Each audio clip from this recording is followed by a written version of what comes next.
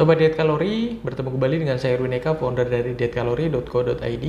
Pada kesempatan kali ini kita akan membahas tentang 4 efek negatif diet karbo. Jadi diet karbo, diet di mana mengurangi asupan karbohidrat di menu makanan yang kita jalani sehari-hari. Nah, ada hal negatif ya di balik diet karbo yang kalian jalani. Diet ini sangat populer ya, dan sering sekali saya melihat orang yang menghindari jenis makanan karbohidrat ini untuk proses penurunan berat badan. Nah, efek samping yang pertama secara otomatis ya, kalian akan dipaksa untuk benar-benar stop atau mengurangi atau menghilangkan karbohidrat dari menu makanan Anda, dan ini akan sangat sulit sebenarnya terjadi terutama di kita ya, di Indonesia gitu. Jadi kita sangat sering sekali makan yang namanya karbohidrat, nasi, ubi, tepung-tepungan, pati, mie dan sebagainya, pasta, itu adalah sumber karbohidrat, dan itu semua ya harus di stop ketika kalian memutuskan untuk menjalani program diet karbohidrat. Terus kemudian yang kedua, diet karbohidrat menjadikan diri kalian mengurangi makanan dari jenis sayuran dan buah ya. Jadi banyak sekali orang yang lebih fokus untuk mengkonsumsi protein, daging, ayam, telur dan sebagainya, dan secara otomatis juga sayur dan buah yang mengandung banyak sekali gizi, vitamin ya, dan karena memang juga banyak sayur-sayuran yang notabene mengandung karbohidrat dalamnya ya, brokoli, wortel,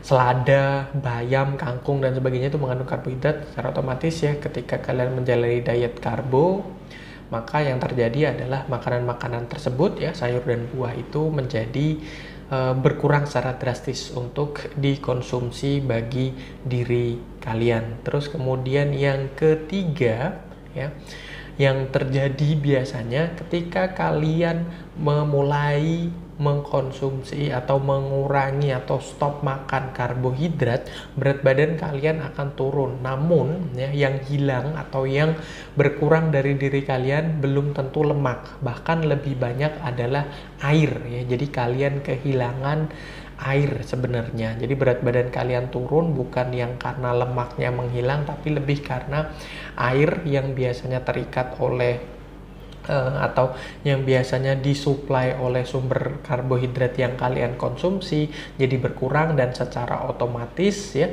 berat badan kalian akan turun beberapa kilogram ya, sampai akhirnya nanti kalian akan stuck di angka tersebut karena yang keluar, yang hilang itu adalah air dari tubuh kalian, bukan lemak. Terus kemudian yang terakhir yang cukup penting ya, yang sayang ketika kalian diet karbo yang benar-benar menghentikan asupan karbohidrat dari makanan kalian sehari-hari adalah kesehatan jantung kalian bisa terganggu. Kita ketahui sumber karbohidrat itu banyak sekali mengandung vitamin B ya, misalnya nasi, ya, beras merah dan sebagainya. Nah, itu semua ya menjadikan atau membuat kinerja dari jantung kita itu sehat seperti itu. Jadi kita butuh vitamin ya, berkaitan dengan pembuluh darah kita butuh kandungan nutrisi yang terkandung di dalam sumber karbohidrat, misalnya kayak brokoli itu sangat bagus sekali ya untuk menjaga kesehatan jantung kita, menjaga sistem kardiovaskular yang ada dalam diri kita. Jadi dan banyak sekali makanan-makanan lain, misalnya kentang ya, ubi yang bermanfaat bagi jantung kita. Dan ketika kita menjalani program diet karbo, maka makanan-makanan itu tidak direkomendasikan, bahkan dilarang untuk dikonsumsi.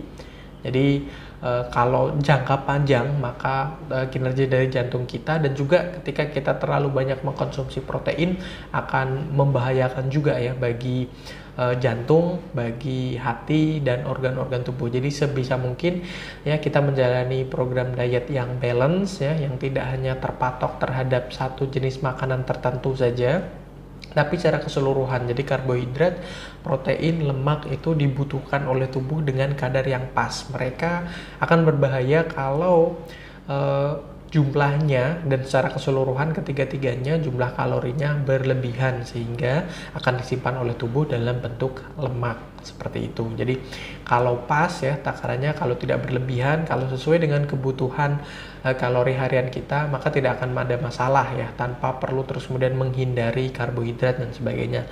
Memang ya kita akui di masyarakat kita konsumsi nasi, terutama nasi putih itu memang berlebihan ya, sampai 3 kali sehari, 7 hari seminggu, sampai yang ada kondisi di mana orang-orang yang belum makan nasi merasa belum makan. Nah itu memang berlebihan, tapi tidak terus kemudian untuk menghindari atau stop sama sekali nggak makan nasi atau menggantinya dengan protein dan sebagainya, atau seperti yang banyak dijalani oleh teman-teman semuanya yang menjalani program diet karbo atau diet karbohidrat. Seperti itu ya, jadi mudah-mudahan bermanfaat bagi kalian semua. Jangan lupa like, comment, dan share, dan subscribe juga bagi yang belum subscribe, dan follow sosial media kami yang ada di bawah ini ya. Dan sampai bertemu kembali dengan saya. Jangan lupa kunjungi website kami di dietkalori.co.id.